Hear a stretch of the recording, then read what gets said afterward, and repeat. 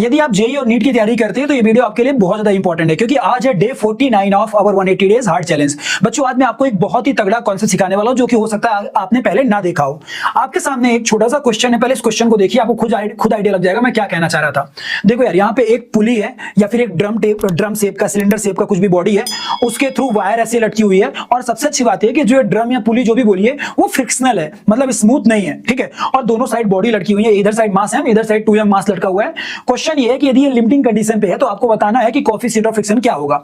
आप सुनिए, ये क्वेश्चन देखने में तो ऐसा लग रहा है कि जैसे कोई स्पेसिफिक क्वेश्चन है, लेकिन यहां पे कोई एक नई चीज बोली गई है। नई चीज ये है कि आप लोगों ने अभी तक जब भी क्वेश्चंस करे होंगे न्यूटन लॉज ऑफ मोशन में, तो आपने पुली को स्मूथ लिया था, लेकिन जरूरी नहीं कि ऑलवेज स्मूथ पुली पूछी जाए। एग्जाम में हो सकता है कि कभी कभार ऐसा भी तो पूछ सकता है, consider the pulley is frictional in nature, मतलब पुली स्मूथ नहीं है, तब क्या करिएगा? तब तो फंस जाइएगा। इसीलिए जानना बहुत जरूरी है, और ये एरोडोब में है, कुछ स्टैंडर्ड बुक्स में भी आपको मिल जाएगा, ठीक है।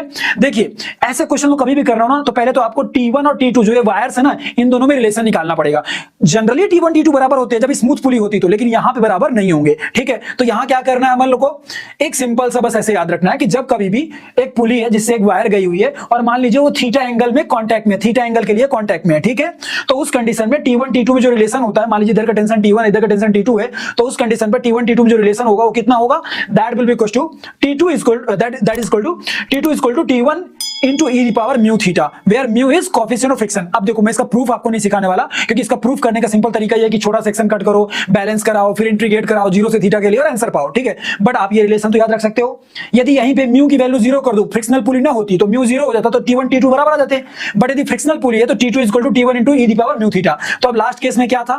लास्ट केस में वो वायर दो बार घूमी थी, और फिर दोनों साइड ऐसे पाई2 एंगल के लिए टच में थी, तो टोटल एंगल कितना हो गया? दो बार कंप्लीट रोटेशन, तो 2 गुणे 2 पाई, दैट इज 4 पाई, और इधर पाई2 तो दैट इज पाई, तो 5 पाई एंगल था थीटा की वैल्यू, तो theta equal to 5 pi. Put कर दीजिए, यहां पे लिमिटिंग कंडीशन पे है, तो यहां का जो टेंशन होगा वो mg के बराबर होगा, जो यहां का टेंशन होगा वो 2mg के बराबर होगा। बस दैट्स इट, T1 T2 आ चुका है, आप उस इक्वेशन में पुट कर दीजिए, सॉल्व होके आपका म्यू आ गया। तो जरूरी नहीं कि यही क्वेश्चन आए, लेकिन इस तरह का क्वेश्चन बनाया जा सकता है कभी भी एग्जाम हॉल में, कि भाई एक पुली ले ले, उसको फ्रिक्शनल दे दे, और दोनों साइड के टेंशन पे रिलेशन मांग ले, या फिर टेंशन का आइडिया देके कोएफिशिएंट ऑफ फ्रिक्शन मांग ले। ऐसा क्वेश्चन बनाया जा सकता है, ये मान के कि बच्चे को हो सकता है आइडिया हो इन चीजों का। सो इसीलिए प्लीज इसको जानना बहुत जरूरी था। बस इतना रिलेशन याद रखिए। क्या रिलेशन है हमारा? T2 is equal to T1 into e the power mu theta.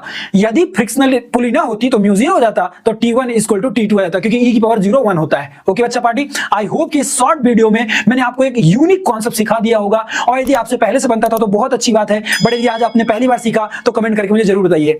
Thank you बच्चा पार्टी, टेक केयर।